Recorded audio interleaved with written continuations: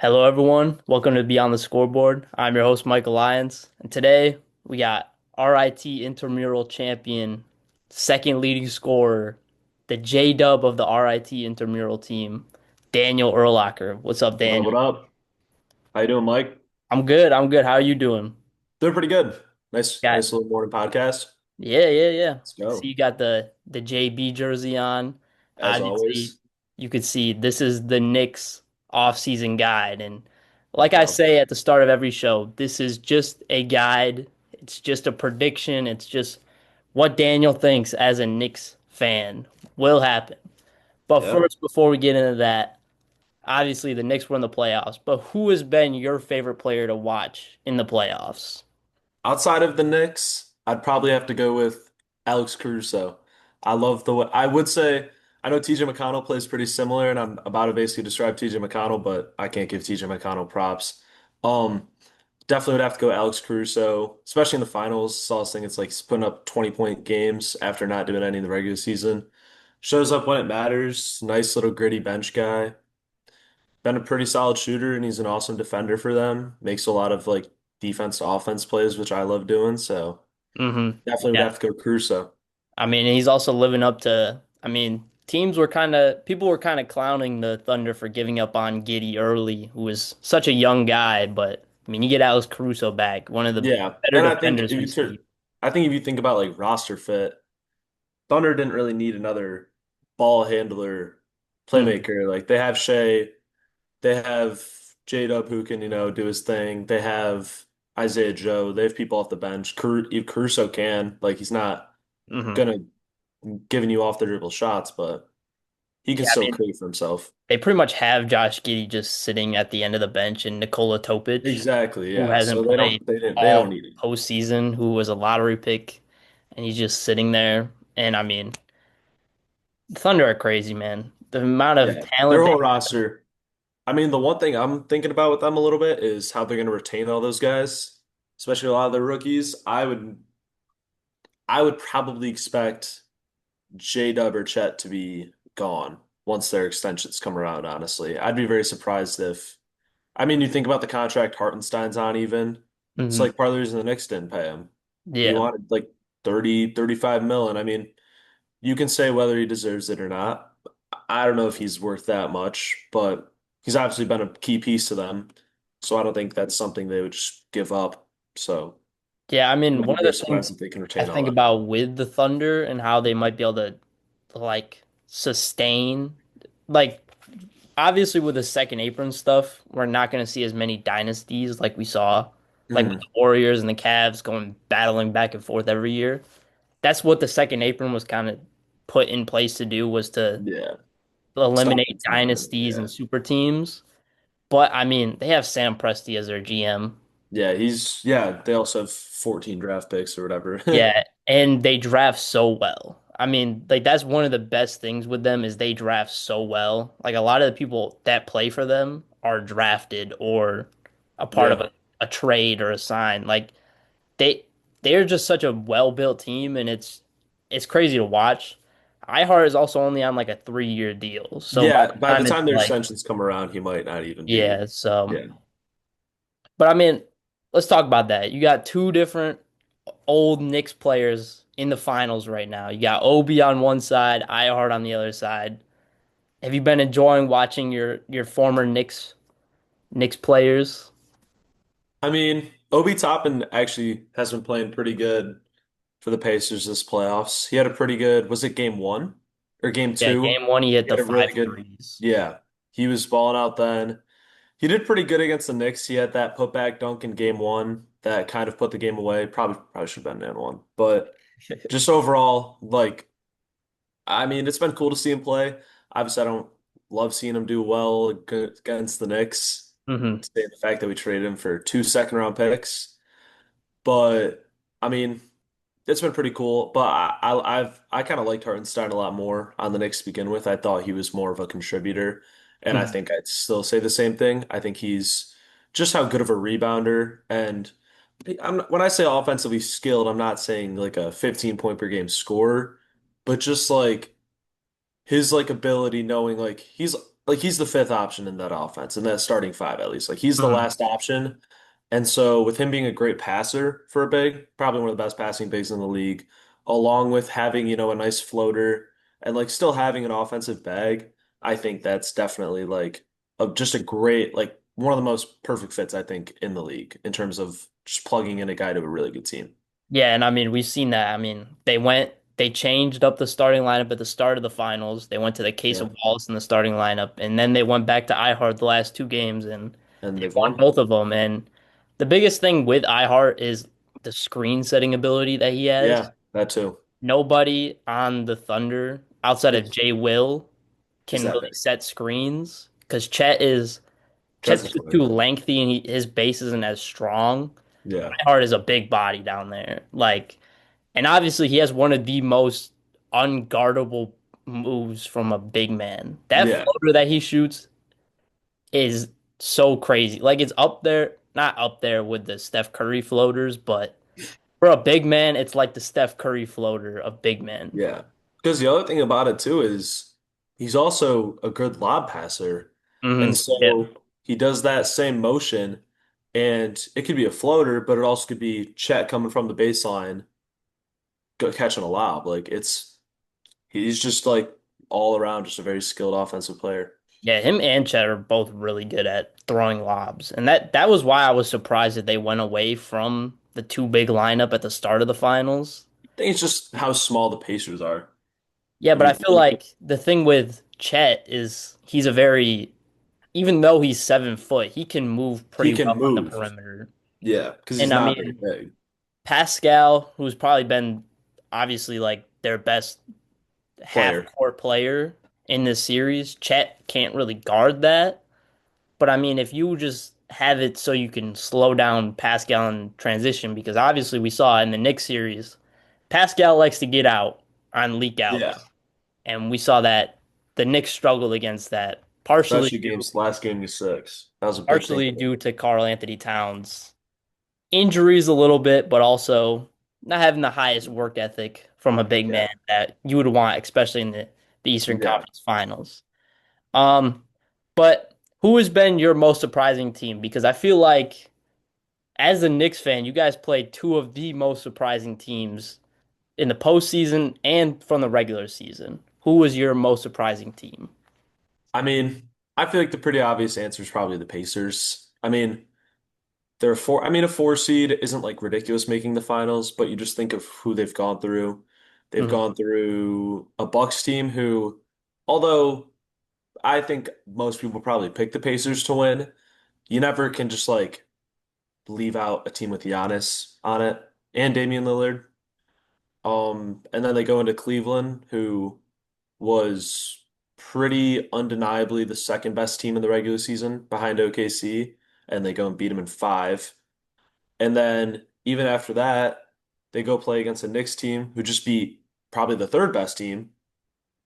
And everybody, most people were picking the Knicks in that series, including myself. And again, just Pacers just found a way to win, and now they're in the finals against the best team.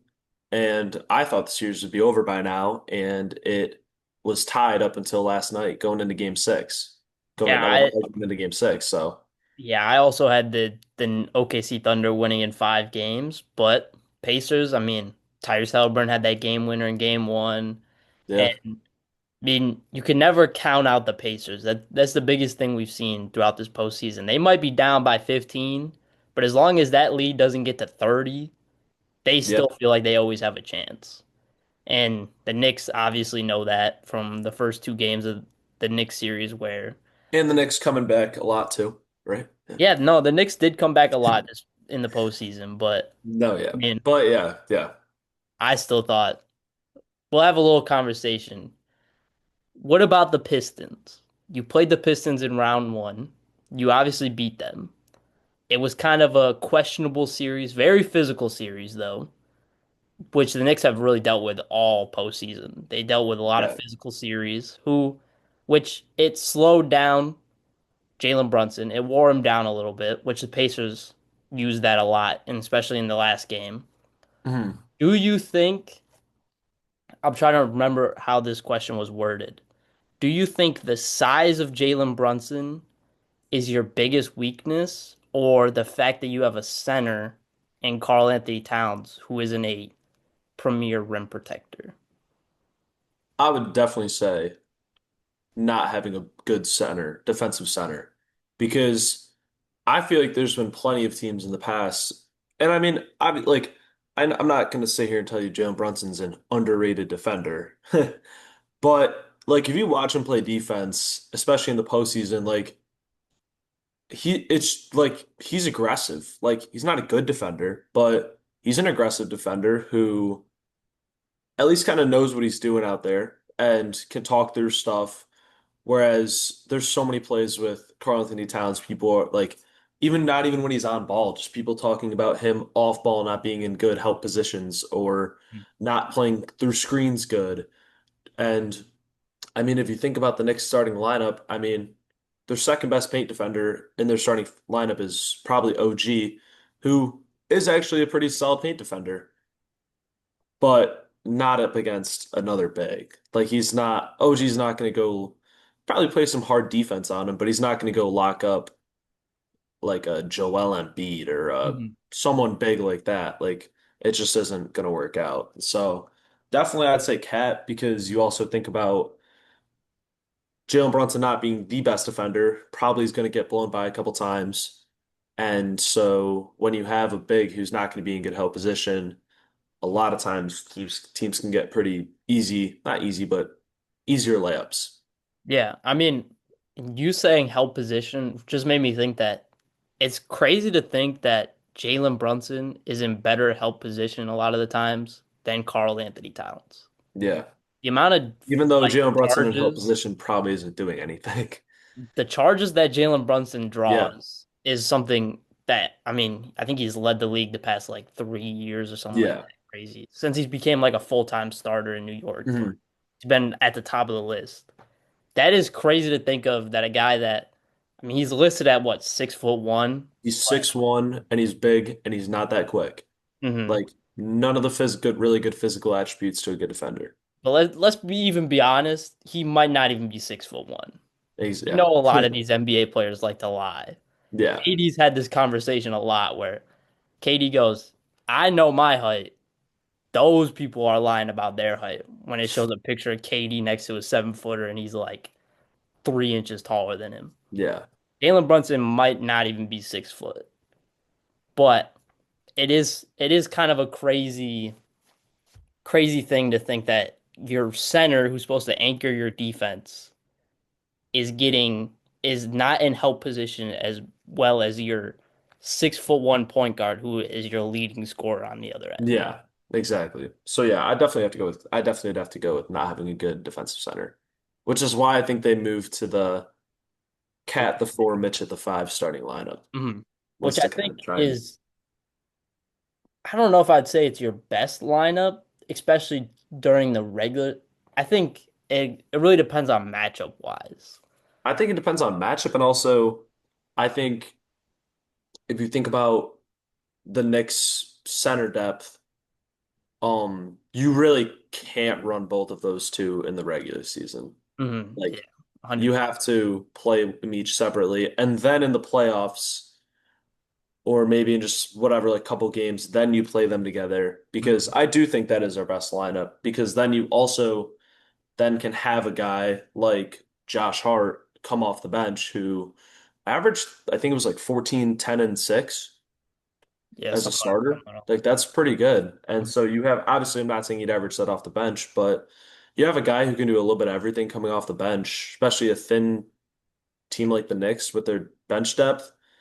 I think that'd be much better. And maybe with I liked what's Hookboardy, I think that's how I say his last name. Yeah, yeah, He was actually pretty solid in the minutes he played with the Knicks before he got hurt in February. I honestly wouldn't mind having him if he does have a good offseason or whatever, if it is him coming off the bench at the five, and then maybe that is the starting lineup you go with. yeah. And then final question before we finish off the actually we'll finish off the playoffs talk and then I'll ask you this question that I have. Obviously, finals are still going on. Thunder up 3-2 right now. How do you think the series ends? I think it definitely goes to seven. I think the Pacers win game six. I don't think I'd be very surprised to see a team who's fought back from just about anything this postseason not force a game six and lose three in a row after going up 2-1. I definitely think the series goes to seven, but I would probably still have to pick OKC in seven. I think I think same exact argument. I don't think I said I don't really think either of these teams can lose two in a row. Obviously, Pacers just lost two in a row, but with that being said, I don't think they can lose three in a row. I'd be Mhm. very surprised to see them lose three in a row. And so I definitely think the Pacers win game six, and then I'd probably pick OKC to win game seven. Now, are you worried about Tyrese Halliburton in his calf leg injury that he dealt with last night that really hindered him? I mean, he what had 4 points Yeah. without a field goal Didn't make made. all free throws, pretty sure too. So Didn't are do you any. worried about that going into game six? Because I mean, he was pretty limited all night. Like, I don't know if I mean, obviously he's their second best player, and that's always going to hurt. But Pacers have won games this postseason with him not having the best game, or it's he doesn't have the best game and then ends up hitting a clutch shot at the end. I mean, think of game one. He only mhm, finished the game with like 14 points, I think, yeah, 14 or 15. mhm, Like, Pacers can hang with the best when he's not having a good game. And I mean, as long as he just makes a shot that matters at the end, I guess. But I'm honestly not too worried about it. I think people like Pascal Siakam or other people who have just been amazing this postseason for them, like Neesmith. I know mhm, he was pretty bad last night, but Nemhard, like they're just so deep. I'd be so like I know he's their second best player, but they're just such a deep team. I mean, if you think about who's going to be getting minutes for him, or at least helping him, TJ McConnell, who's their leading scorer last night yeah. with I mean, he 18. was Like flying around the court. he's so underrated. I don't want to gas him up too much because how he did my Knicks, but he is probably I don't know who'd be better than him, but I don't want to just say it without knowing. Probably easily a top like three bench point guard in the league, honestly. Just his defense, just like what he does, Mhm, his defense, his like just chaos he creates, along with having that like 5 to 10 foot like floater that he has, and like he's a pretty good passer. Like mhm.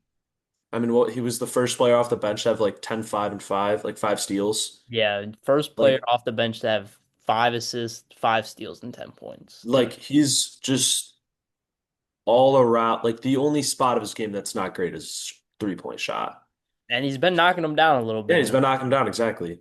So like I just how much he's shown up for the Pacers. I mean, he's the reason that game was a game last night. Mhm. OKC was up 14. It was like 55-45 at Yeah, half, something like that.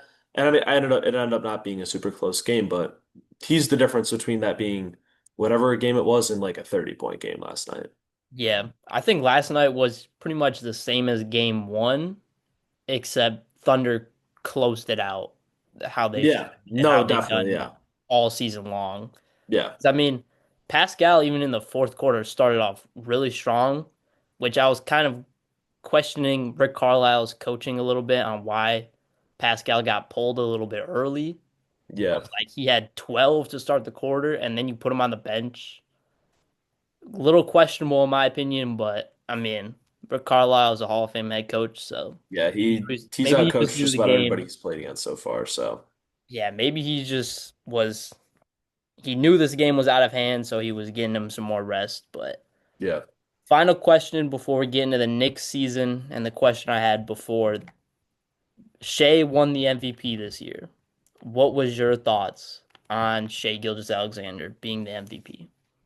I definitely would say he deserved it. I wasn't like upset with it.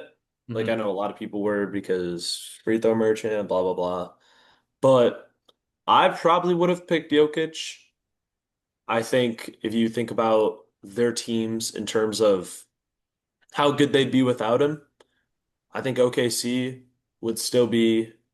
a very good team without SGA. I mean, it'd probably be Caruso, not Caruso at the one, but somebody else at the one with still then, or probably Case and Wallace. Mm, Probably be Case and Wallace, J-Dub,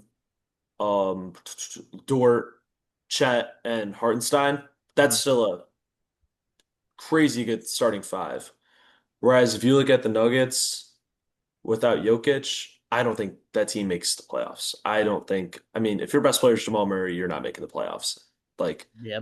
so I think just in terms of those teams, how good they are, like with and without each of their players, I think obviously also the OKC is just a better team. So you have to like consider that when you say who'd be the worst team. But I mean, Nuggets just won a ring with a very similar roster 2 years ago. And so Mhm. you think like I would definitely say I would have given it to Jokic, but I'm not mad that SGA won. Yeah.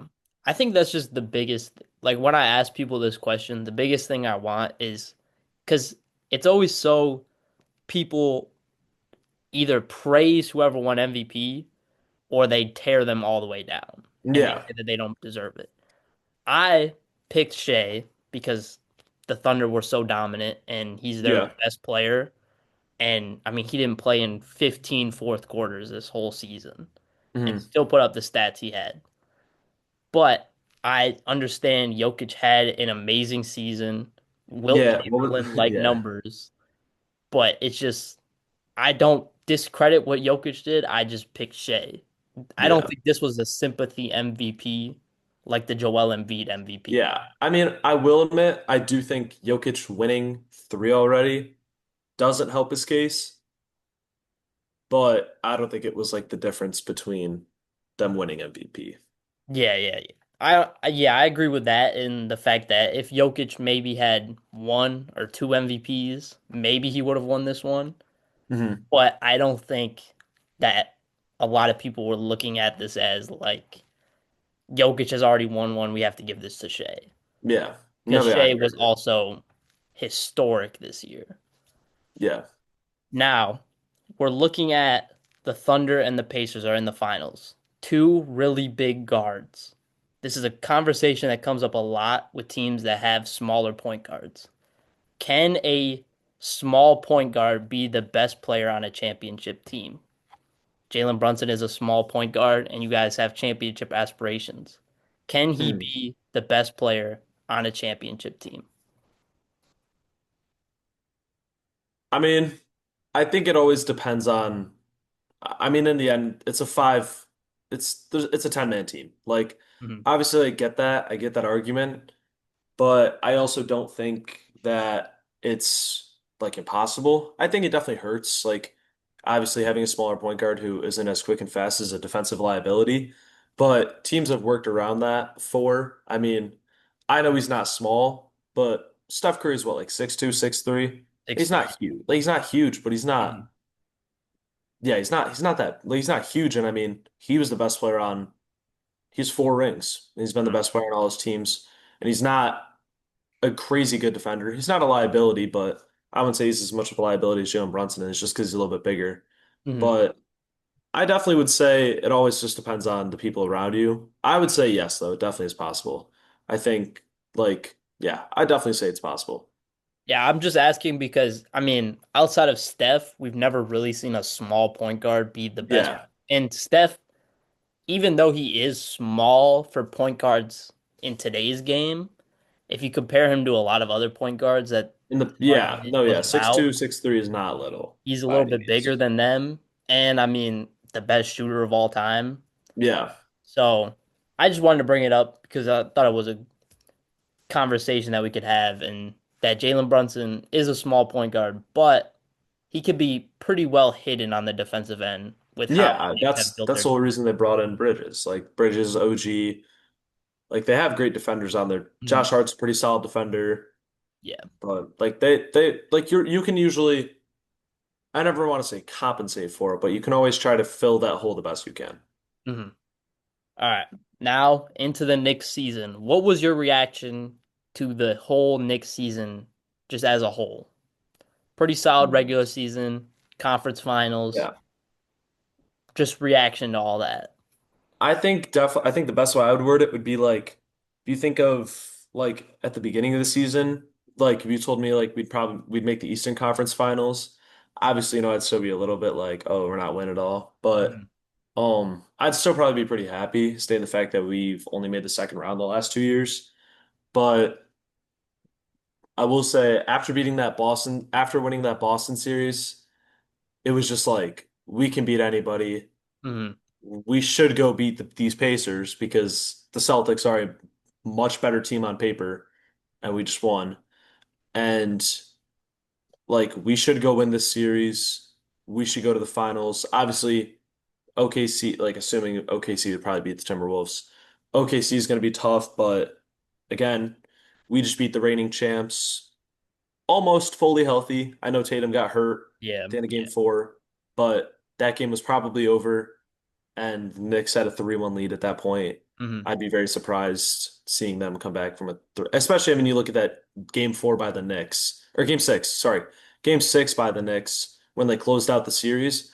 I don't think having Jason Tatum would have changed the outcome of that game. The Knicks just dominated them in that game Mhm. 6. Yeah. So, I mean, obviously, I'm a little disappointed. I mean, anytime your team gets that close, especially that close as most people said, like probably the second favorites to win it all, at least like once both teams made the Eastern Mhm. and Western Yeah. Conference Finals, once those four teams are solidified.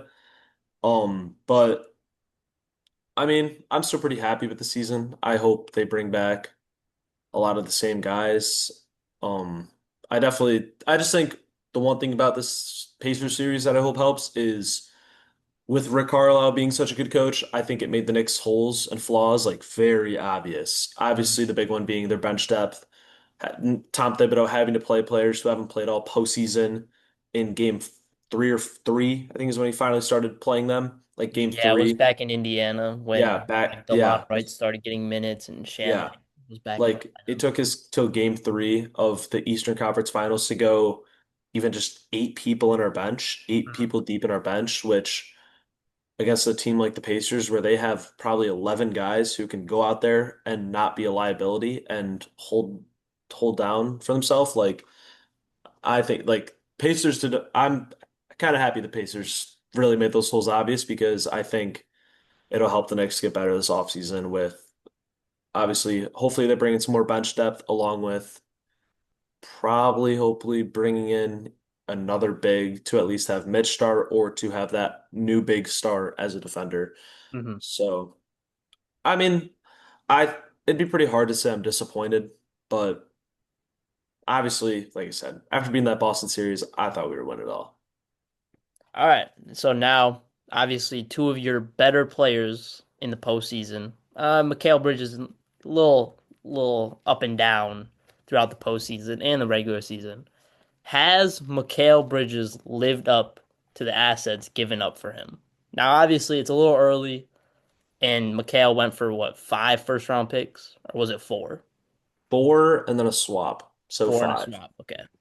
So, has he lived up to those expectations as of right now, or do you think he needs another year to live up to the expectations?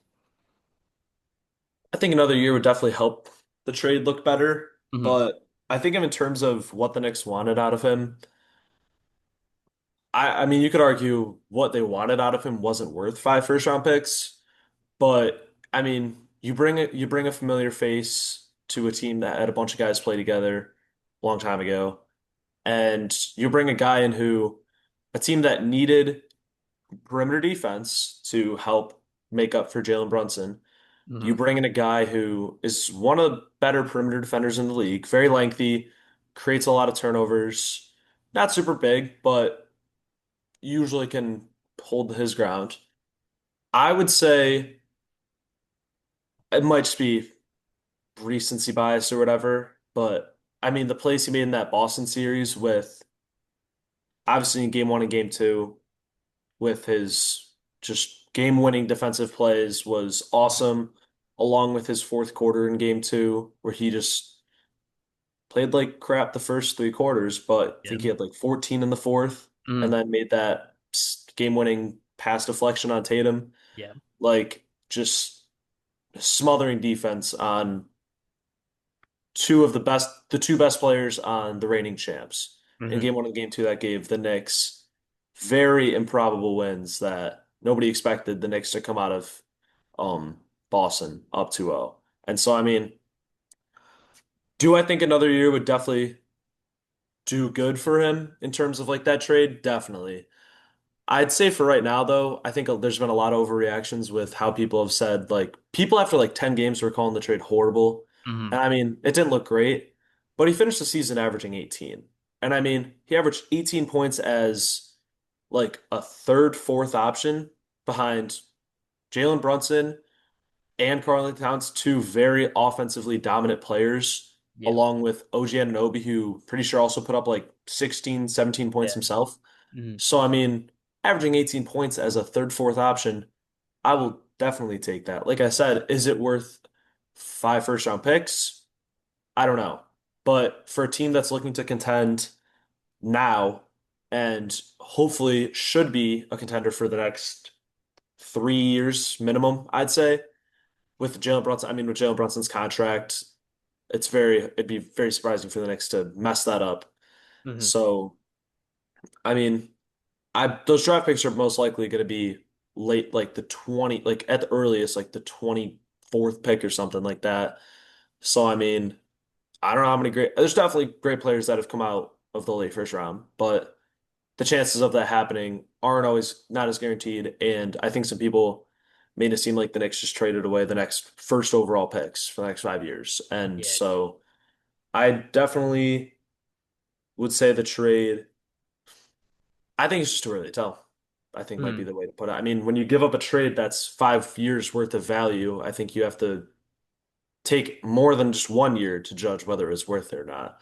And Yeah. plus, there was stuff coming out saying about how Mikal was willing to take like a similar deal to Jalen Brunson. I remember that was something that was said when they first signed him. Obviously, not some like ridiculous like Hmm. 4 year, 10 a year, but like a cheaper contract than what he could get in order to maintain all the players on that roster. And so I mean, easiest way to judge is by winning a ring, I guess. Like, Yeah. if the Knicks going to win a ring in the next 2 to 3 years, I don't think you can call any trade stupid. Hmm. Yeah. Yeah. So, I think, I think what he showed in the Boston series and just throughout the playoffs in general is the fact the defensive impact he can make in a game, yeah, even when he's not having a great game. exactly. It's very hard for him to have a bad game. Hmm. Like, so, yeah. And plus, pairing him up with OG I don't really know many like defensive duos that are much better than that. So, Yeah, I mean, OG is obviously like I would say OG is your best perimeter defender, but yeah. McHale is no slouch. He can No. lock down some of the best second options, and if you need him to make a couple middies, I know he His loves mid-range game is that pretty good. fadeaway midi. He loves Yeah. that fadeaway midi, and he can That knock was down. also big in that game four of that when Tatum got hurt. He had like made like 4 or 5 of them in a row to seal Mhm. that game shut. Yeah, he showed a lot of potential of what he can give the Knicks in the postseason when they need him. Yeah, Obviously, he's nothing. He's never going to be somebody that you look at as we always need him to be super consistent on the offensive exactly. end. You have Jalen Brunson for that. You have Karl Anthony Towns for that.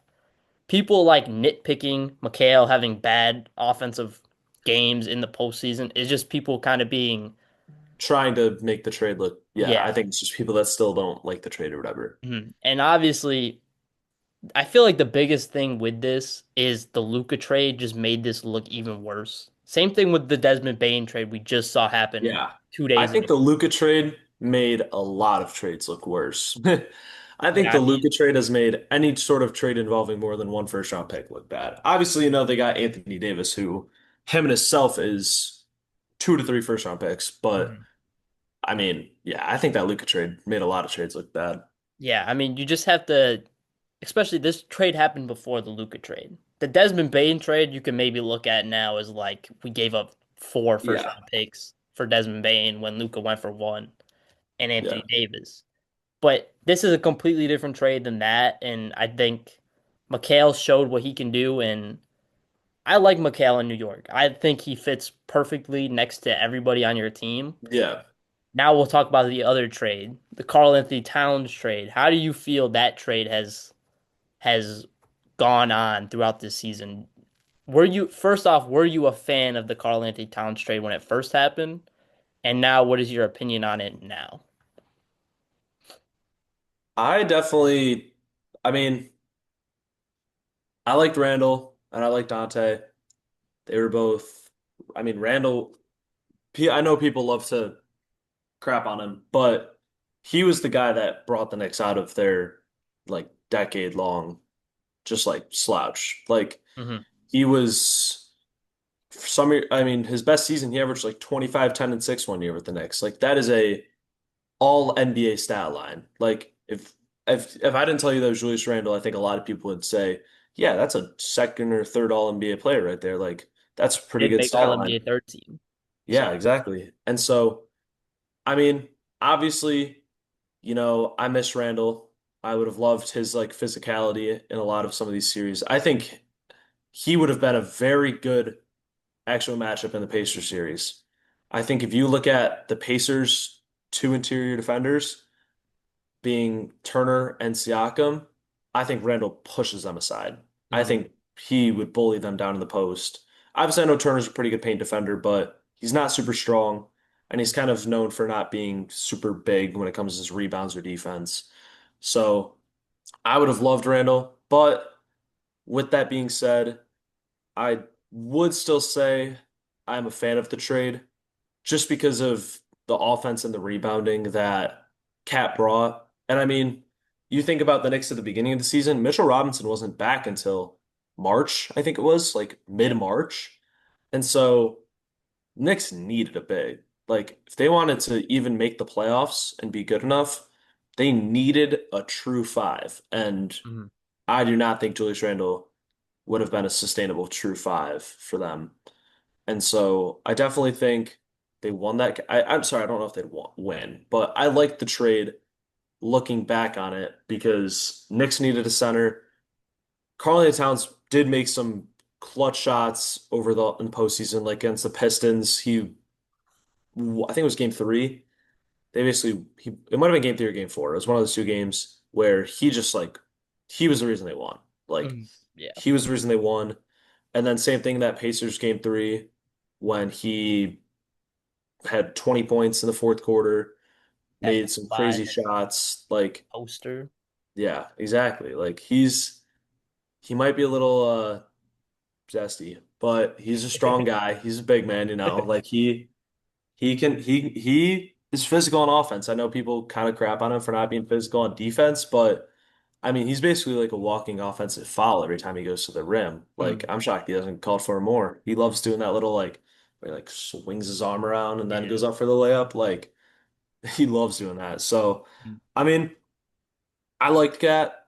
I definitely think I would like him probably more at the four with the Mhm. defensive center next to him, or at least a really good defensive four. Mhm.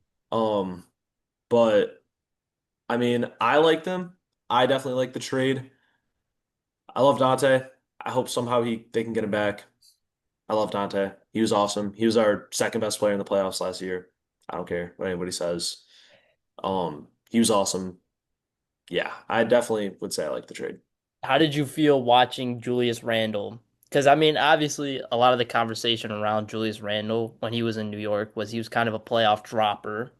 His points went down. He kind of Yeah, lacked some shooting capability. His efficiency went down in the playoffs. But in Minnesota, I mean, this past season or this postseason, we saw him turn that narrative around. How does that feel seeing him? I actually loved seeing him do that, especially in that Warriors series. Hmm. I mean, there are some games he played better than Edwards, who Hmm. many people say will be the face of the league soon. I would definitely say yeah, I loved watching him play. I thought he was very physical, showed that he can be a pretty good three-point shooter, made the three-point contest a couple years ago. Um, like he's a hooper. Like he might not be the best defender, but he can score at all three levels. He has a pretty good like little mid-range fade. He's strong underneath and can be a pretty good three-point shooter when he's just, catch and shoot off ball. So I loved seeing him hoop. I didn't necessarily play great in the Thunder series, but I also didn't expect him to play good in the Thunder series. Hmm. I mean, you think about him going up against Chet and Hartenstein. He's not really tall enough to compete with them sometimes. But so, but I loved seeing him do good in the Warriors series. And he didn't even do bad in the OKC series, but still, yeah, I love seeing him play good. Yeah. I mean, I think this was, everybody's talking about it. This is probably one of the best win-win trades. Both teams made the conference finals. Yeah, Both teams like kind of look at, we have our second guy. Now the Timberwolves are in conversation to get KD, and Julius Randle's kind of a part of those trade conversations. So, if it turns into Julius Randle for Kevin Durant, I mean, yeah, it's a win-win trade in my opinion. And I liked watching both players play. Obviously, Cat kind of is frustrating on defense. frustrating to watch on defense sometimes, but Yeah, when he's got it definitely. going on the offensive end, nobody could really stop him. Nobody, like nobody. And Good shooter, very physical. Yeah. he does take some questionable shots in my opinion. Dude, his Sometimes heat checks where he just catches the ball with like 20 seconds on the shot clock and just pulls it. from the I think I've seen him logo, make it like I think I've seen him make it like twice. too, like Yeah. it's not even just a normal three, like he's just stepping into a normal three. He's taking it from Yeah. Steph Curry range, but Yeah. My favorite thing is he'd always cut to Thibodeau right after he'd shoot that and miss it, and it would just be Thibodeau Tibbs being like loses. Like, yeah, a little it's great. angry. Now, obviously, you brought up Tibbs. We'll talk about Tibbs. Um, Tom Thibodeau has been fired as of late, recently in the past, what, week? Yeah, like a Tibbs week got ago. fired. What is your opinion on the Tibbs firing? Because obviously he took you from the dark days. You talked about Julius Randle taking you from the dark days of where you struggled to win 20 games. Tibbs was also a part of that. Hmm. What is your opinion on the Tibbs firing? Do you think it was warranted? We'll start there. Well, I think it's always tough when you have a team as talented as the Knicks and you lose to a team who, on paper, maybe people disagree with me on this. I would definitely say on paper, the Knicks are more talented than the Pacers. I Yeah, think the Pacers are a deeper team, but if you think about their starting five, Brunson, McHale, OG, Cat, and Robinson versus Halliburton, Nembhard, Nesmith, Pascal, and Turner. Obviously, those are also great players, but mhm. I would take the Knicks and I would take that Knicks starting five on paper. And so when you think about it like that, I definitely would say you could put some of the blame on Thibs there. I mean, people say, oh, well, the Knicks bench wasn't super deep. But it's like, how do you know how deep they were if they didn't play? You know what I mean? I thought DeLon Wright was actually pretty solid when he played, especially in that game three. He made a lot. He averaged like a steal or two a game, Mhm. playing 10 minutes a game. Like he gave the Knicks extra possessions. He was a okay passer, and then he would sham it too, who very good three-point shooter and not a bad ball handler. Not saying not primary ball handler, but like he can handle himself. And even like someone who I really wish Thibs played was who I thought would have been a great matchup in that Pacers series would have been Precious Achiuwa. I think you think about Precious Achiuwa and Pascal Siakam, they are identical builds. Like they are both like 6'7", 6'8", lengthy guys. Pascal's a great defender, especially against people that aren't super bigger, like much bigger than him. I think Precious would have been a great defensive matchup on Pascal that I don't think I really saw once this whole postseason or in that whole series. And so I would have loved playing him, but at the same time, yeah, on paper, the team just fired a coach that just brought him to the Eastern Conference Finals. I mean, on like just looking at it like that, it does look pretty bad. But another thing I'd say is I feel like either way, if the Knicks kept him, a lot of people would probably cook the Knicks for not making a big change or leaving the stubborn coach there. Hmm. Whereas now that they did fire him, people are saying, "Oh, you're going to fire the guy that brought you to the Eastern Conference Finals or whatever." I feel like either way, people would not have been happy. So Hmm. I think it was really now the one thing I will say that I'm a little upset about is how they don't already have a coach. If you're going to go fire a guy who isn't necessarily a bad coach, you got to have a plan. Hmm. It's very frustrating that what their first idea was just to call up every team in the NBA and ask if their coach was available. Really? That's ridiculous. Like that's ridiculous. I think definitely it should have been a much more either like they should have had something planned out. It shouldn't Hmm. have just been fire Thibs and go pray that one of the best coaches on a good team is going to just give up their coach. Like they were trying to get Ime Udoka. Rockets were just the two seed, have a young team, and Ime Udoka is a pretty well-known good coach. He I was good mean, with Boston before his yeah, brought Boston to the finals. yeah, It's like the before his lost to Golden State, extracurriculars. but yeah. Yeah, like before his activities. Like he was a good coach though. And so it's like I definitely wish the Knicks had a plan. I wish they fired him and had a guy or two ready. Hmm. Whereas now they've interviewed like 12 or not interviewed, but reached out to like 15 different guys.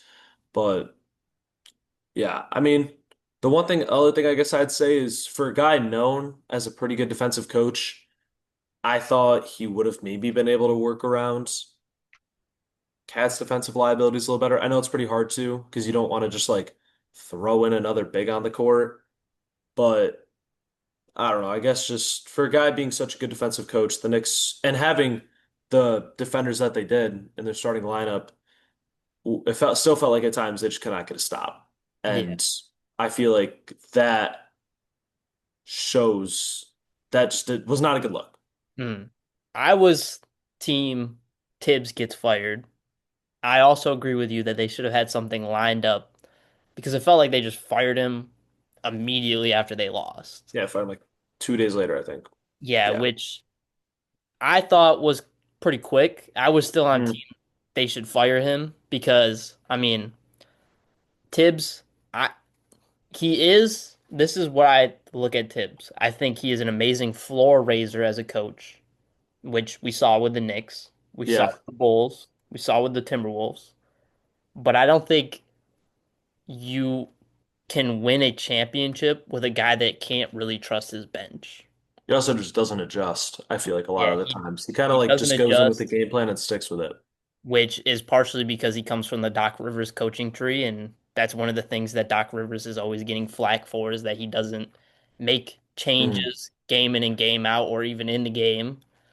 And I just think Tibbs not being able to trust his bench is something that is huge, especially when second apron is a thing now where you have to kind of rely on some younger guys yeah. come in and play their role, and you have to rely on guys like Shamit, DeLon Wright, I mean Huck Porty, maybe like Precious Achiuwa. You got to rely on those guys a little bit, especially in a postseason, especially when you play a team that, like the Pacers, like you said, Who play can 11 throw guys, guys in? Yeah. and they play with such a high pace that it's gonna wear down your starters. And Yeah. we saw that Jalen Brunson in the closeout game was so frustrated and just tired Yeah. from getting guarded by Neesmith for the first 5 games, and then Nemhard in the final game. And Yeah. Nemhard was I don't want to say locking him up, but he was frustrating No, him. he's playing a defense. Yeah. JB was still getting a couple looks, but it was a bad game for him, and it's partially due to just he was getting Fatigue. tired and yeah, fatigue and just the relentless effort by the Pacers to just beat him up. And I mean, every team that he played tried to beat him up Yeah. is going to happen when you're a small point guard. And then Tibbs, yeah, I mean, I think he's a great coach. I just don't know if a team will ever win a championship with him as their head coach. And Yeah. when you're a team like the Knicks who have such amazing players and your championship contention year in and year out, you want a coach that can get you over that hump. Yeah. Now, some of the guys that they've gone out and looked at, Jason Kidd, they called the Mavericks. Mavericks said no. But I think low key, if Jason Kidd was allowed to get that interview, I think he might have taken that job. He Yeah. played for the Knicks.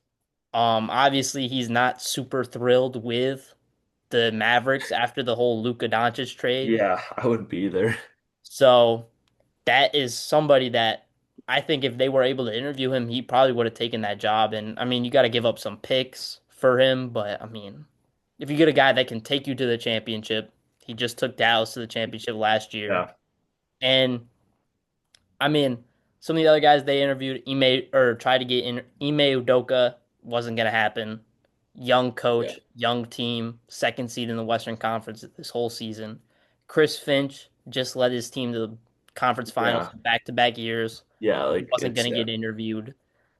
Quinn Snyder was a questionable choice by the Knicks. I felt like they were just kind of scrambling to get some people to Exactly. That's exactly what it feels like. Billy Donovan as well, another guy that I don't look at as taking you over the hump Yeah. of Tibbs.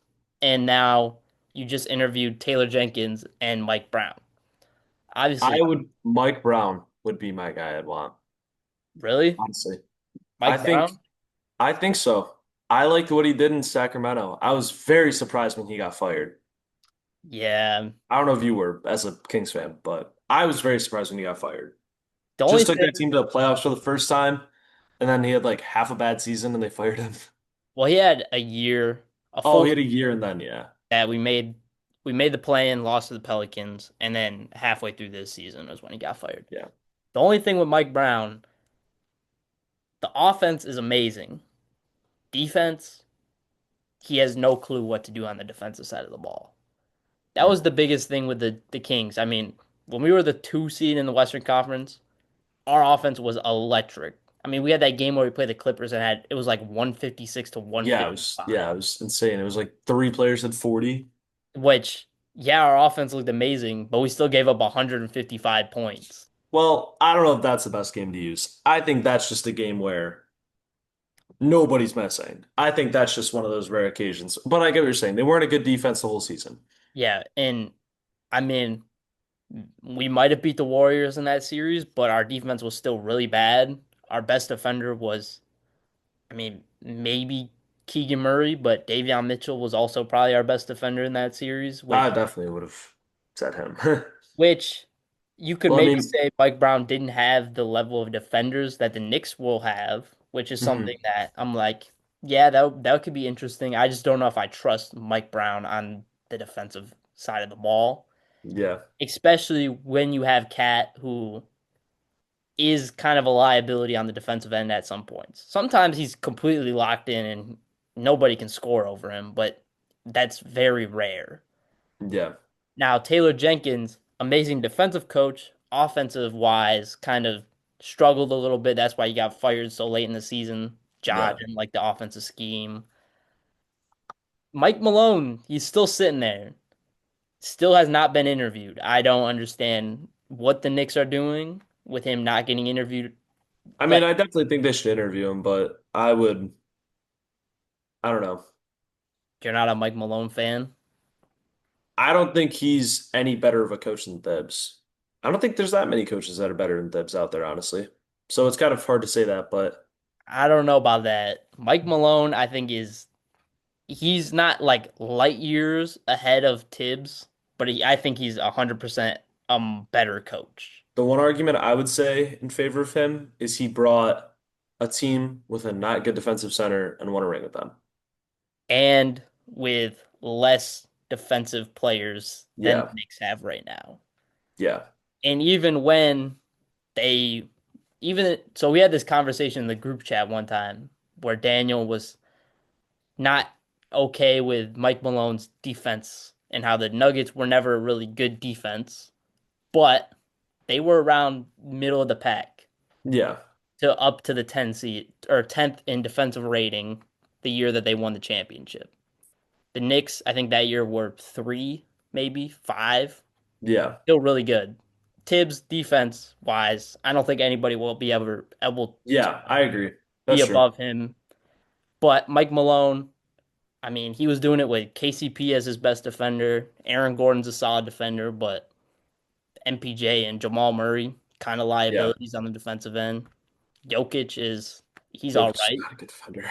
He's not a plus defender. I wouldn't say he's a negative defender, but because he's Yeah. still a big body down low. That's the biggest. Yeah. And Cat, I think, is the same on the same level as defensive wise as Jokic. Not a plus defender, but wouldn't say he's also a negative defender. Yeah. Maybe Cat is a little bit more of a negative defender due to the silly fouls he has on the defensive end. But I think Yeah. Mike Malone would 100% change those to start the season. Like if Yeah.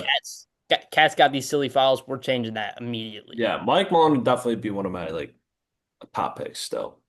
But is there anybody else that you're looking at on the coaching market for the Knicks coaching vacancy? I mean, there's not a lot of coaches on the Yeah, market. that's honestly like not really. I was really just like the ones that I really just were the three that kind of got fired recently, which was Mike Malone, Mike Brown, and Taylor Jenkins. But the only other person I really saw that I guess would have been good would be somebody within the Knicks organization. I Mhm. guess, an assistant maybe, but I don't remember the guy's name, but there was one guy that was getting tossed around a lot. What So about Rick Brunson? Or do you say it think again? that's Rick Brunson, Jalen Brunson's dad?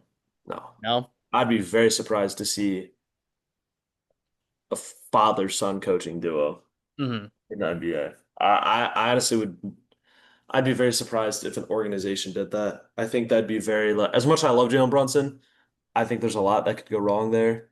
Hmm. I think that could lead to individual success Yeah. and less team success, kind of like any father-son basketball scenario.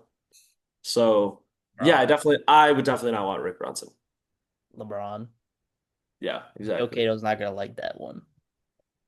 But yeah, obviously Nick's kind of in a tough spot, firing Tibbs so quickly. But now we'll move on.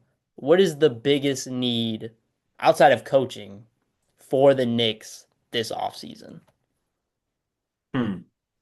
I definitely want, I mean, the biggest, most obvious answer probably would just be bench depth. I mean, you think about, I know I was kind of said earlier, oh, you don't know how good they would have been because they didn't really Mhm. play, but I would love to have Shamit back. I think he could be very good off the bench for us. And then hopefully, I mean, I guess I'm trying to think of what our bench would be right now would probably be Deuce, like Shamit, Josh Hart. McCourty, Josh Hart. Yeah, Josh Hart. That's not forgetting. Josh Hart. I mean, I guess the one thing I'd say there would be another like true playmaker. Like, Mhm. not saying Lonzo Ball, like actually him, but someone similar to him, like somebody who doesn't really need to go get a bucket to make an impact, but can just go put up like 6 points, 6 assists or something like that, like a game. Like, I think that would be awesome for the Knicks because obviously we saw a lot of like times where like Jalen Brunson and Deuce McBride were in the game at the same time because like Deuce would sub in, Brunson would still be in.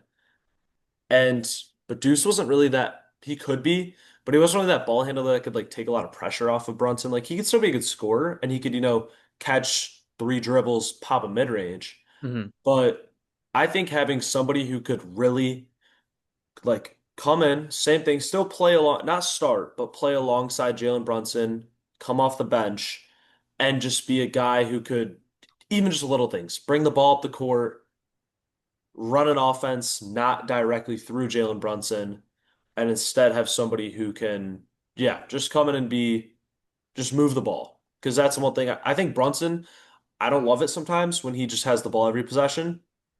But you can't argue with like 30 points a game. Like, you know Yeah. what I mean? Like, as Mhm. much as it can be a little annoying sometimes, and it can stall an offense when he's not shooting well, I think if you have Brunson where when he's hot and when he's fresh, he can be that guy who can just go get a bucket. Almost feels like every possession.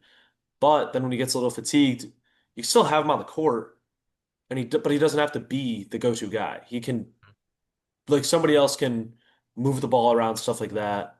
Yeah, I definitely think like just a true playmaker off the bench would be very good for the Knicks. And then I'd also definitely say having probably another big. Obviously, no, you don't know Hook Porty's progression, Mhm. where he's at right now, Yeah. but I loved Hartenstein on the Knicks. He was such a perfect fit, whether Mitch was starting or not.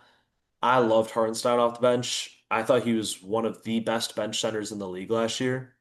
Just kind of some of the impacts having with OKC now. He's awesome on defense, and he's a very skilled offensive player in terms of moving the ball, scoring, whatever. I already talked about it earlier. But someone, obviously, you're not just going to go out and get a Hartenstein for cheap, but someone kind of similar who can, get boards, play good defense, but then on the offensive, honestly, just someone similar to Mitch, which maybe that could be Hook Porty.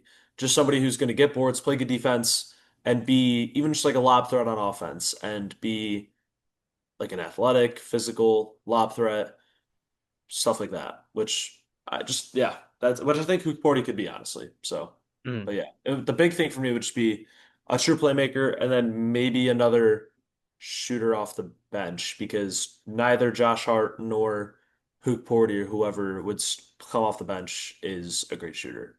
Yeah, I'm 100% in agreement with you. I think backup PG, somebody that can your offense isn't going to just be straight like this is the biggest thing. Especially this is partially just the Pacers series, but it felt like when Jalen Brunson was in the game, it's Jalen Brunson ball. It's Jalen Yeah, Brunson game.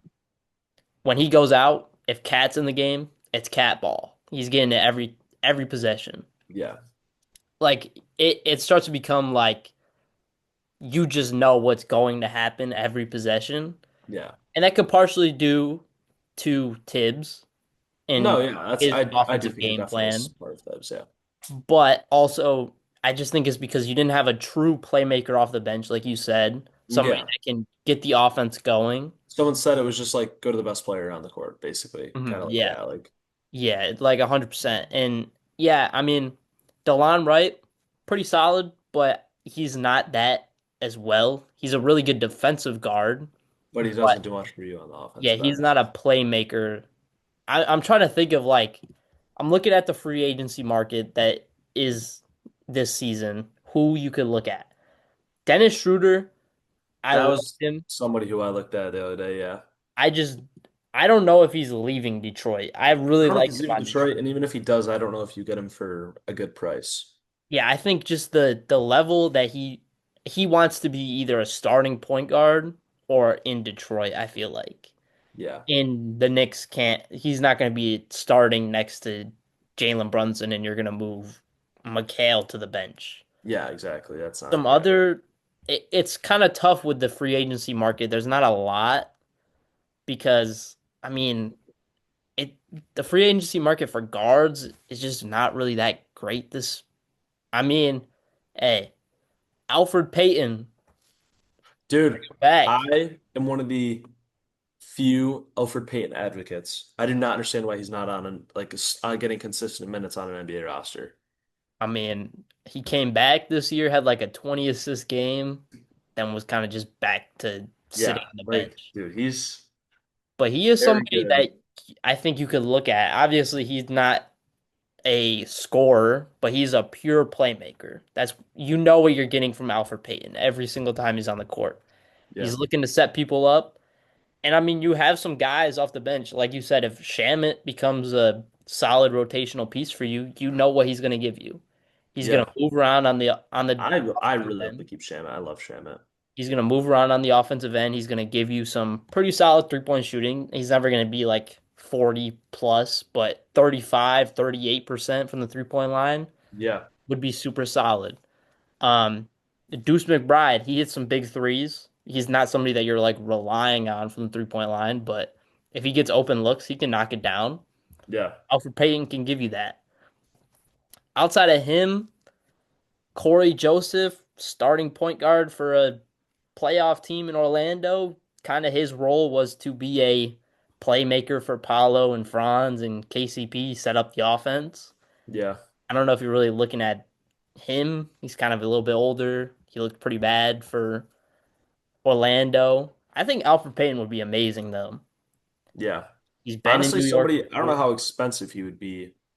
I'm just kind of looking at the list, just like throwing out names like Tyus Jones, Yeah. probably be a little more expensive, but if I wouldn't mind paying a little more for him. He's a very good pretty all-around point guard. Yeah, I mean, he was on a $3 million deal with Phoenix, and I'd pay him $3 million. he didn't look good.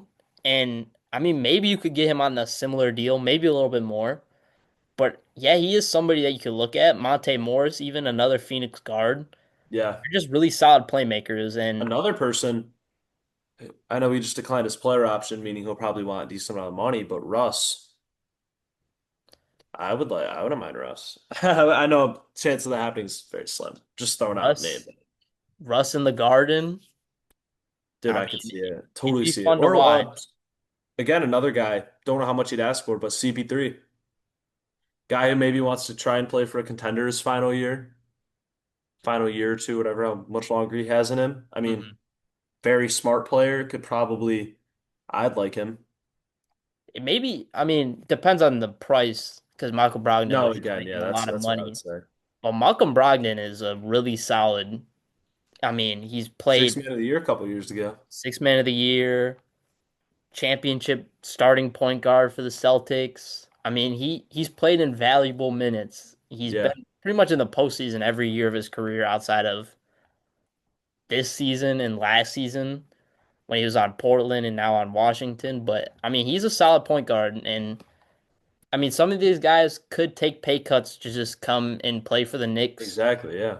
What So, about, did Kyle Lowry retire? I don't think I he don't did, think right? he has. I I feel like think we've heard he's about if he retired. Kyle Lowry. He wouldn't be a horrible option. I wouldn't mind him off the bench. Yeah, I mean, Decent 3-point shooter. mhm. Pretty, again, just a veteran guy who's smart. I wouldn't mind him. Yeah, now that I'm looking at the actual names, I mean there is some very solid options. Yeah, So it's just all about what the Knicks feel like they want to go with at the point guard.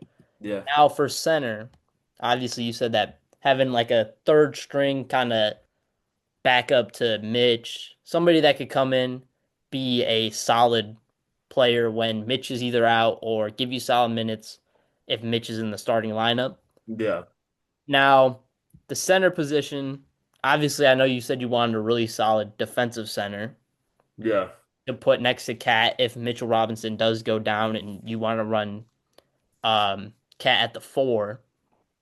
Anybody you're seeing in the center market or even the power forward market at for that position for you? I mean, there's like some Not any names. names like pop right out to me. Trying to think like, let's It's see. also tough because we know some of these guys aren't like some of these guys might not move. Like it's Yeah, tough to see a lot of these players as somebody that the Knicks would go after, I feel like. yeah. Maybe Andre Drummond, he's a little bit older, I wouldn't mind Drummond. still a really, really solid rebounder, could give you some defensive impact. He dealt with injuries a lot this past season with Philly. Big Had somebody Al got was to a bring name him I up. heard. Big Al. I just don't know if Big Al is gonna leave Boston. I think it's either Boston or Where he retirement retires. for Uh, Big Al. Only thing is, I mean, you look at, I mean, from his perspective at least, if he only has one more year in him, do you think he spends it with Boston, knowing that Tatum's probably not going to play? I mean, the thing I feel like people are over exaggerating in such a huge reaction to Tatum going down. Like, yeah, he's gonna miss probably all of next year, but there's still gonna be a probably a playoff team, even with Yeah, but I don't think Porzingis I or Drew wouldn't pick Holiday I would moving. not pick them to be I would not pick them to win. No, I'm not picking them to win without Jason Tatum on the court, but I think Al Horford just wants to play meaningful minutes. Now, yeah, if he wants to go for a ring, he already has one. I mean, he's pretty much already a Hall of Famer, in my opinion. Yeah, I'd agree. It's just like, does he want to keep the loyalty to Boston or does he want to go chase a ring somewhere again? I just Yeah. don't know if Al is that kind of guy, Yeah, in and my yeah, he opinion. already has his ring, so it's not nearly as important as it would be to someone like CP3. Yeah. But outside Yeah. of that, the center market is not Center mark's not nearly looking as good as the point guard one. for power forward. It's very top heavy, but after that, there's still not a lot of guys. I mean, Larry Nance Jr., I he's not would, like a plus defender, but it's I not mean, bad. he gives you something on the offensive end. Presses Achua, I know you're not high on him coming back to New York. I like him. I just don't think he comes back. I Mhm. think I don't think he would want to. I think he wants. I mean, I just don't think he wants to because he doesn't get any minutes, and Yeah. he probably just thinks he deserves minutes. I would say he deserves minutes, and he doesn't get them. So I don't think he comes back just because he doesn't play, which is fair. Yeah, I mean, it's tough for the center and power forward market. I mean, is there anybody in trades that maybe you could go after who's kind of on a smaller deal? I mean, it's tough. Teams either have their center or they don't And have a they center don't, at they all. don't have a center exactly, and they're not gonna. Yeah, I mean, yeah, it's tough for the center position to look at some guys, but yeah. Um, yeah, I mean, you said maybe some 3-point shooting off the bench. Luke Kennard is a free agent. Can't say yeah. much. I don't think I'd want. I don't know. He's not. I don't know. He's a very good 3-point shooter, but not a very good defender, and Mhm. I don't think that's what the Knicks would want. Yeah, some other 3-point shooters off the bench that you could look at. Malik Beasley. I don't think I he's think going he to stays in Detroit. Detroit. I think he stays in Detroit, or he gets a bag somewhere else. Mhm. Yeah. So I don't think the Knicks have. I don't think the Knicks can afford to bring him in. Seth Curry is an option. It's not bad. I feel like I've talked about Seth Curry in every single one of my offseason guides because I still think he can give valuable minutes to a team.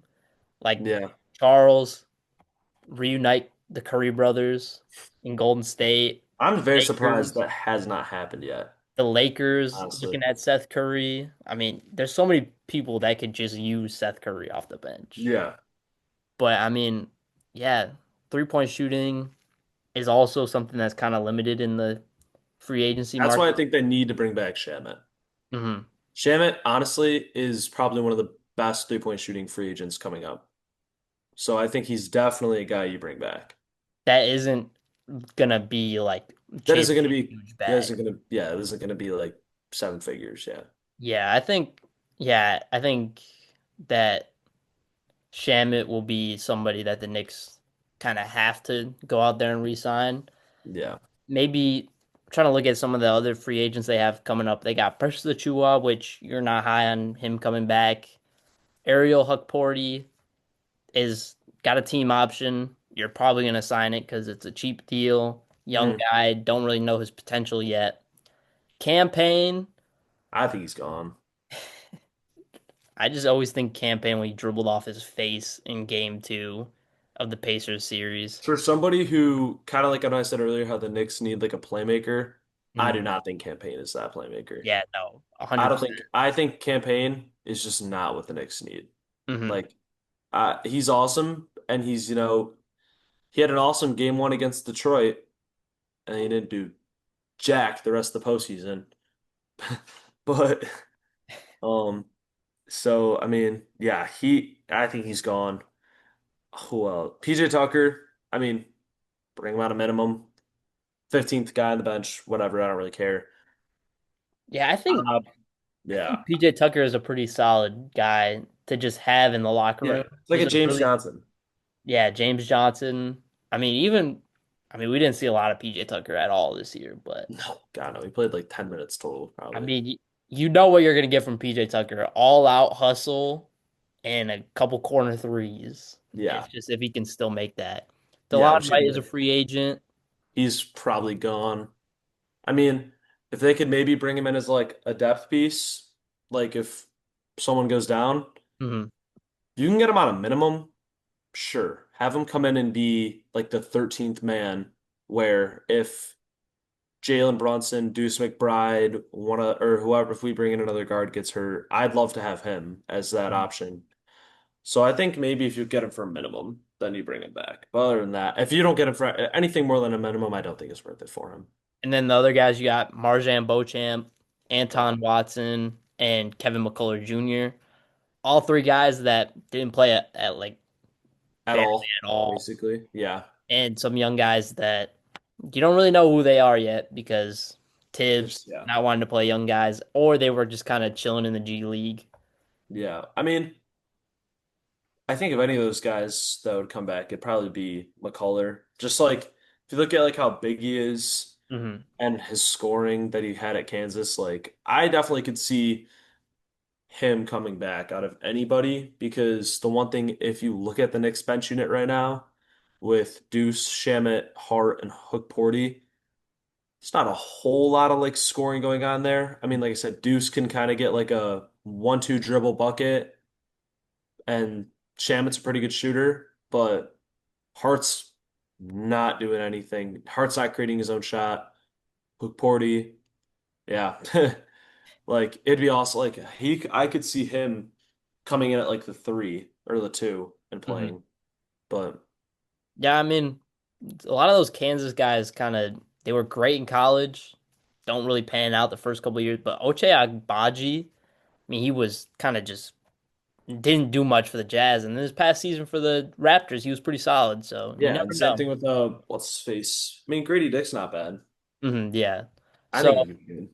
maybe Kevin McCullough gets a chance and he shows you. I mean, he's a restricted free agent. You're probably gonna offer him the minimum contract you can offer him, which will probably be a two-way contract again. No, yeah, which I think is fine. So he'll be making, I'd be very surprised if some other team went out there and gave him a full contract. yeah. Like, so So I mean, that's pretty much it. We've covered. Final question. Giannis, obviously the Knicks were one of the huge talking points for Giannis and where he might end up. Kevin Durant as well. Do you think the Knicks make a big splash again, or do you think your big splash was made last offseason? I don't think the Knicks make a big splash. I think if I mean, yeah, I don't want KD, and I know the Knicks have come out and said they don't either. Uh, I don't need a 30. He's like 38 years old. I don't need to trade a 38-year-old. I don't need to give up assets that you'd give up for a 25-year-old player in his prime like the Suns want. Like I don't think KD would be worth it for the Knicks. I don't think I mean, I'd assume Cat would probably be involved with that deal or OG to be the OG, money match. which OG, I would say Jalen Brunson and OG Anunoby are the two untouchable players with the Knicks. I do not want those two gone. I'm open to trading anybody else. I wouldn't want to trade Bridges or Cat, Mhm. but if yeah, I would not. I don't want KD. If Giannis were to be available for like Cat, Hart, and like a couple picks, maybe I would do that. I wouldn't want to give up two of our starters, which Mhm. I know it's kind of hard saying that getting Giannis, but Yeah. I would like to keep. I would honestly like yeah, like Cat and then maybe like Hart and then picks, Yeah. But it looks like Giannis is probably staying in Milwaukee. He's kind of settling back which down I'm in fine with. Milwaukee.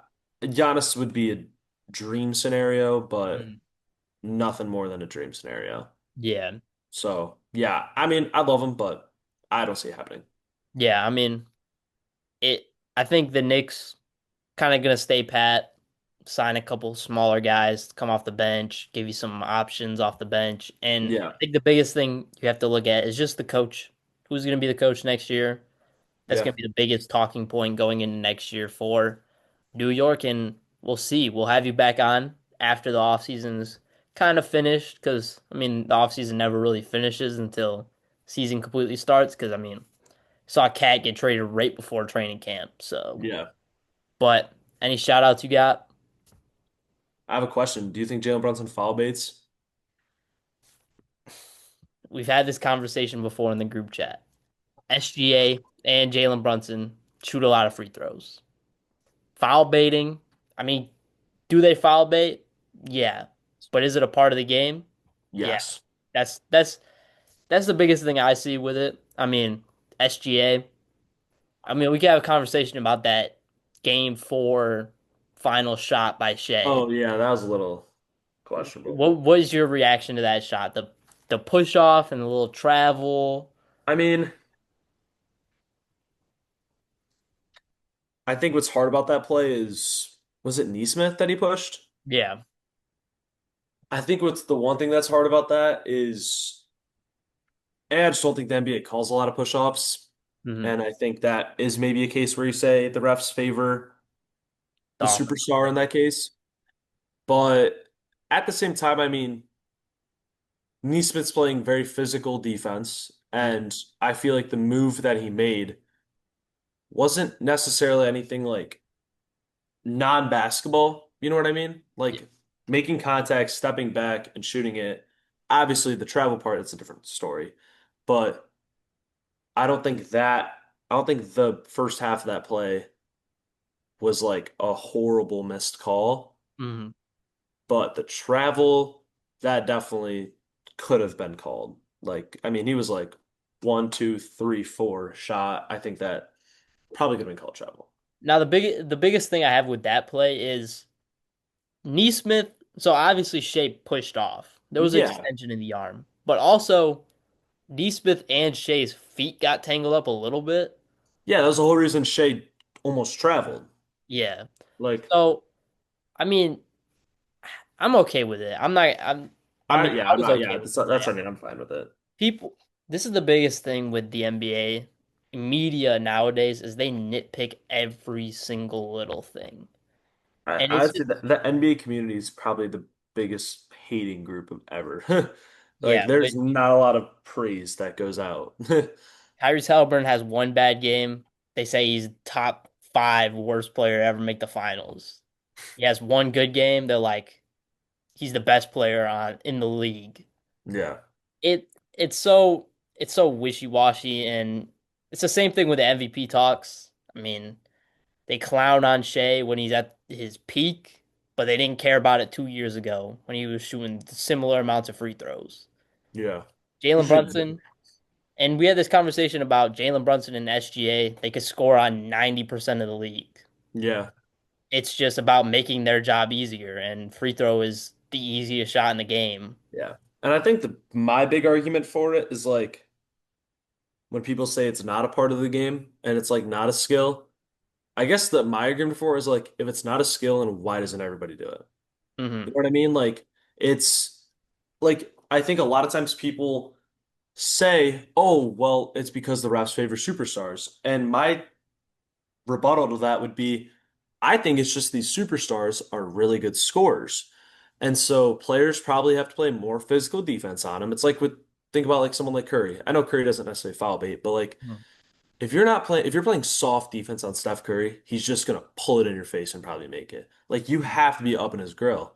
Same thing with players like SGA and Jalen Brunson, especially in the mid-range where players can either float and take like a fading, or they can go in and try and get like a floater inside. Hmm. Yes, they do foul bait, but they've like almost earned, I think the best way to put it, they've almost earned the right to. Like Jalen Brunson and SGA are so good from mid-range that players are going to jump at them every time. And so why wouldn't you take the 2 free points? Like, yes, is it ethical? Whatever. Is it good for the like does it look Does it good for the slow down the game? game? Does it make it a little Whatever. bit Like, yeah, it's boring? from an Yeah. entertainment standpoint, it's not great. But in terms of a basketball standpoint, why wouldn't you? Like, I mean, if you are a 6'1" unathletic guard and a 6'6" with a 7 foot wingspan wing defender is jumping in your face, why wouldn't you just take the 2 free throws instead of trying to make some ridiculously contested mid-range over somebody way bigger than you? Hmm.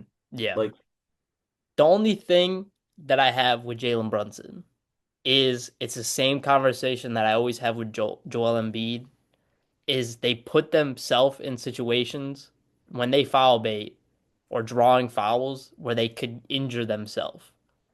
That's the only critique I have of Jalen Brunson. no, I agree. But I mean, I think that's something that every player that does that makes that sacrifice because a lot of the time it involves you pump fake, a guy jumps at you and you go into them. That's like the whole point of it. I think that's I think that's just a risk with a lot of players that foul bait. I mean, you think of Shea, for example. Let's say Shea's doing a fading mid-range, but he pump fakes. Guy from behind jumps on him, probably going to land on him then. Like, I think that's something I agree with you though. And I will say the one thing with Embiid is somebody who's so injury prone and so much bigger.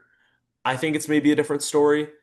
That's why I don't love Embiid because Embiid actually can get a bucket over a lot of these people pretty easily, but Mhm. instead resorts, which kind of pisses me off sometimes. Yeah. And he's just on the ground all the time for somebody so big and strong. Like, so I definitely think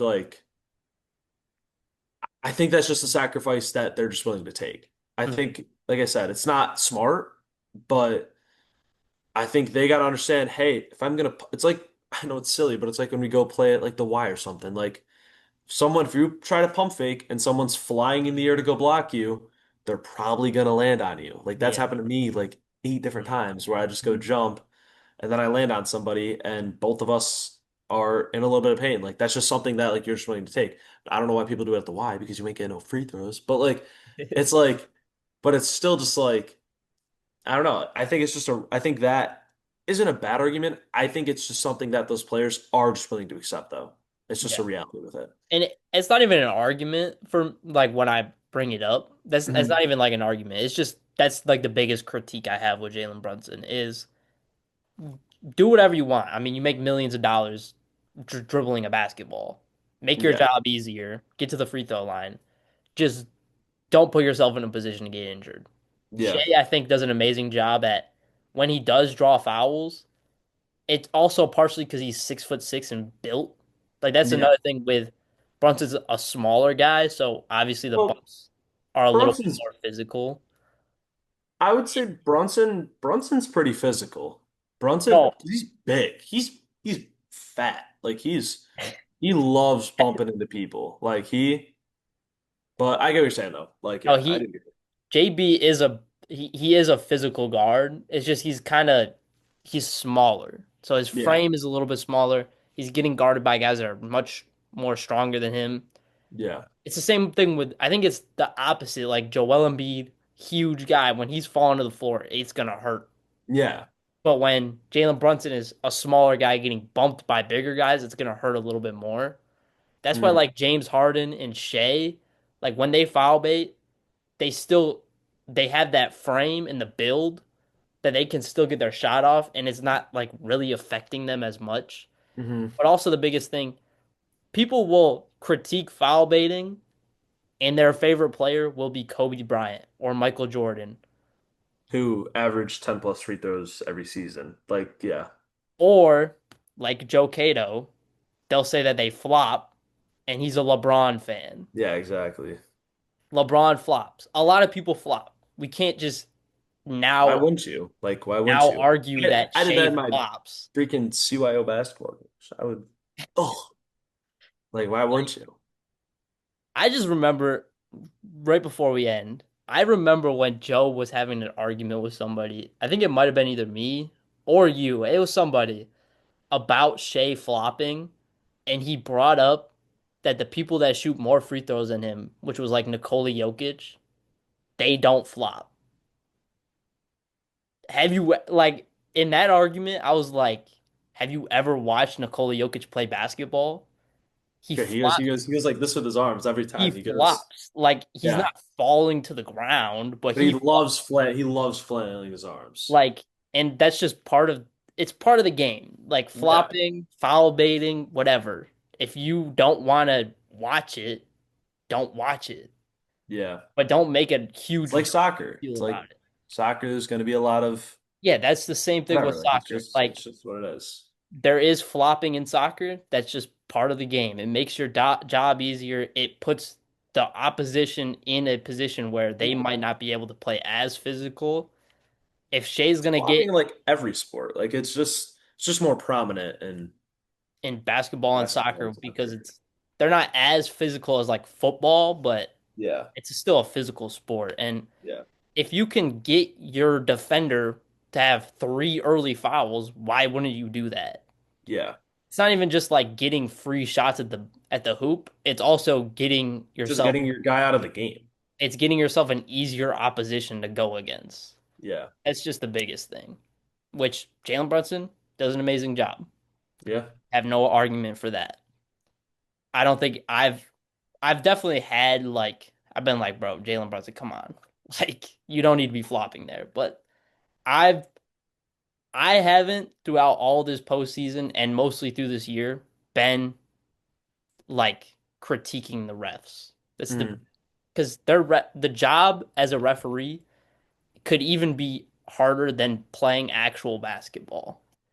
You have so many people to watch, there's so much little contact that you could call a foul, but you don't. Yeah. Their job is so difficult, and I don't think they deserve, unless you're like clearly missing a lot of plays or you're favoring one side, then I'll critique you. But I mean, they get paid millions of dollars to play Yeah. basketball and ref basketball. But thank you, Daniel, for being on here. Any Of shout outs course. you want to give? Your Instagram or anything? Not really, no. Nah. I'll No, still not put really. Daniel's Instagram in the description below. But thank you, Yeah. Daniel, for being on the show. Yeah, Hopefully thanks, the Mike. Knicks can get their coach. Hell yeah. Then beyond the scoreboard.